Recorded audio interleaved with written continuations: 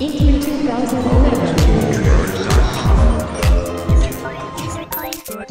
But so that I think is a fair question, because we saw some stuff that was, looked like Wii games, and there's going to be that cute Nintendo style. We're not going to necessarily lose that, because people don't necessarily want super realistic graphics from Nintendo, right? Well, again, I think it's all going to be driven by the game. You're right. We showed what Zelda could look like on the system in a 1080p environment. Was that made in Japan by the team? Of course. Okay. So are they working? They're working on something Zelda related? They're always working.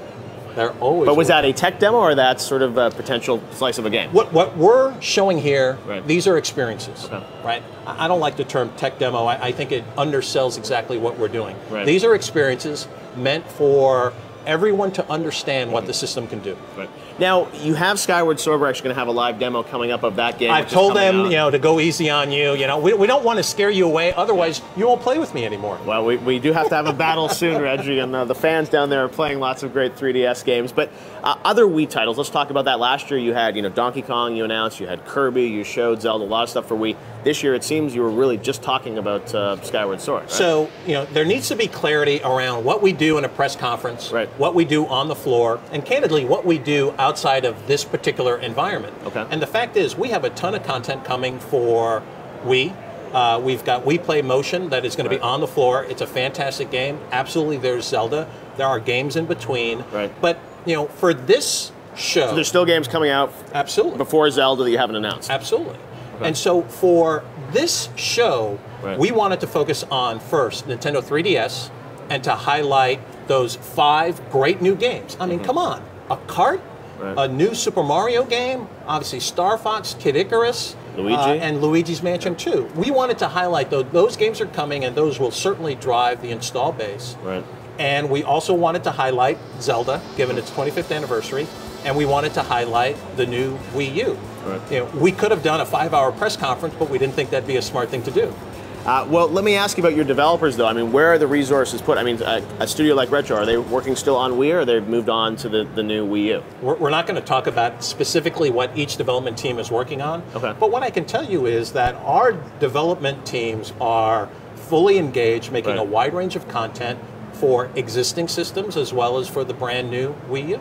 Now, when did you first learn of Wii U? Because you always get the inside scoop from Mr. Iwata. I am fortunate, given my role and given some of the perspectives I bring to the company, I get to see things very early in development. So, I've had an opportunity to get hands-on with the system. So you played this like a year ago and you had to keep it a secret?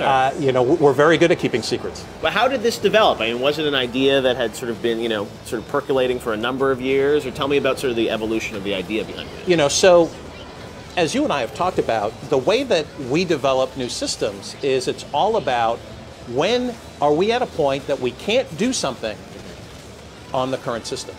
And so this idea of 2 different interfaces, right, this idea of a second look onto your gaming experience is something that the teams have been thinking about for a long time.